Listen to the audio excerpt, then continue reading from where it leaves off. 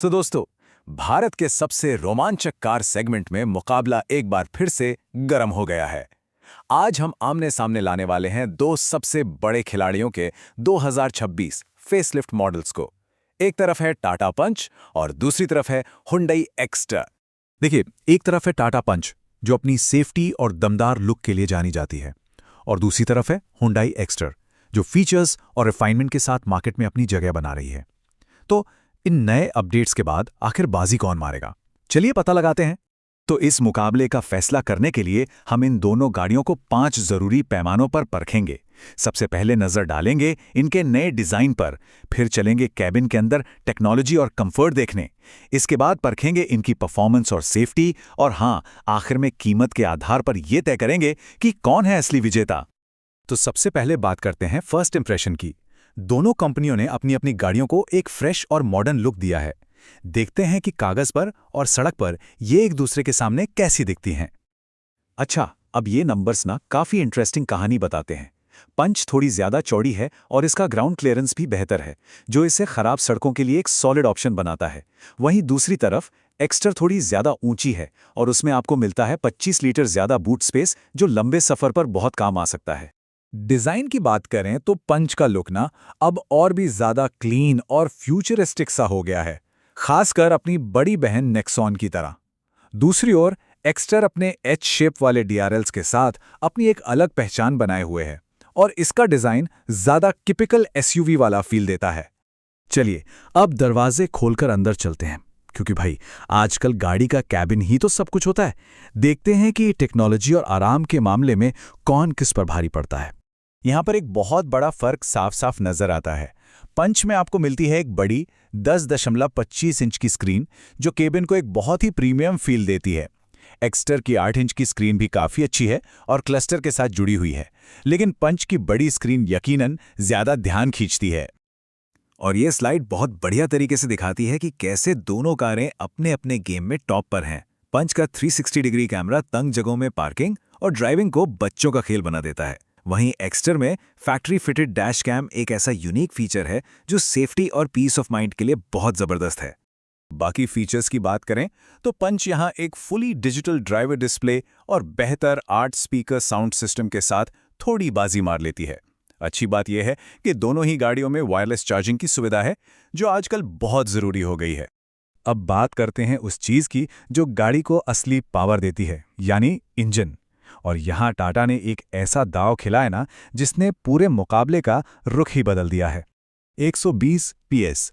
जी हां, ये नंबर पंच को इस सेगमेंट का पावर हाउस बना देता है, इसमें कोई शक नहीं है।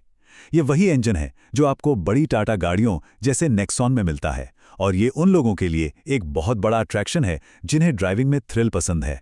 तो कुल मिलाकर पंच में अब 3 तरह के इंजन ऑप्शंस मिल रहे हैं। एक स्टैंडर्ड पेट्रोल, एक दमदार टर्बो पेट्रोल और एक किफायती सीएनजी। एक्स्टर के पास टर्बो का ऑप्शन तो नहीं है, लेकिन उसका पेट्रोल और सीएनजी इंजन अपनी स्मूथनेस और रिलायबिलिटी के लिए जाना जाता है। और ये गेम चेंजर कैसे? देखिए, पंच अब सीएनजी के साथ ऑटोमेटिक ट्रांसमिशन यानी एएमटी दे रही है।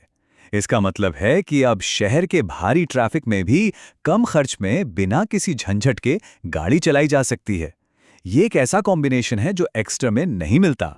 किसी भी गाड़ी को खरीदने में सबसे जरूरी चीज क्या होती है? सेफ्टी, है ना?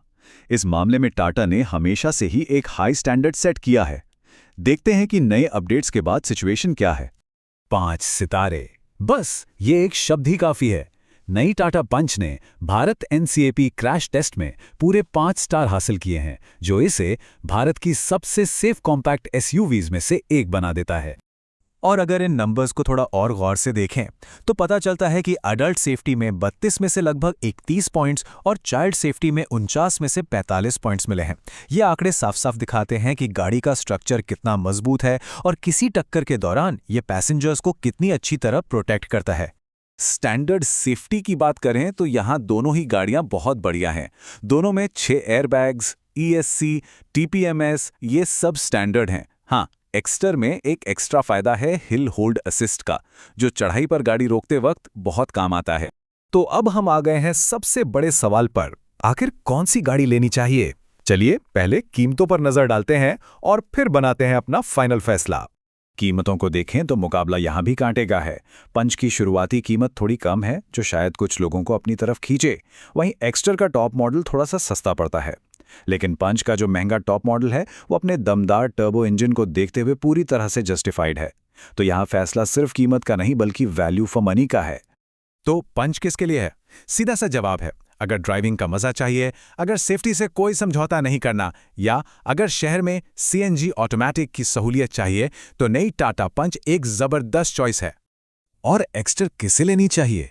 अगर एक आरामदायक और स्मूथ सिटी ड्राइव सबसे ज्यादा मायने रखती है, अगर डैश कैम जैसा यूनिक फीचर पसंद आ रहा है, और अगर ज्यादा बूट स्पेस की जरूरत है, तो हुंडई एक्स्टर एक बहुत ही प्रैक्टिकल ऑप्शन है।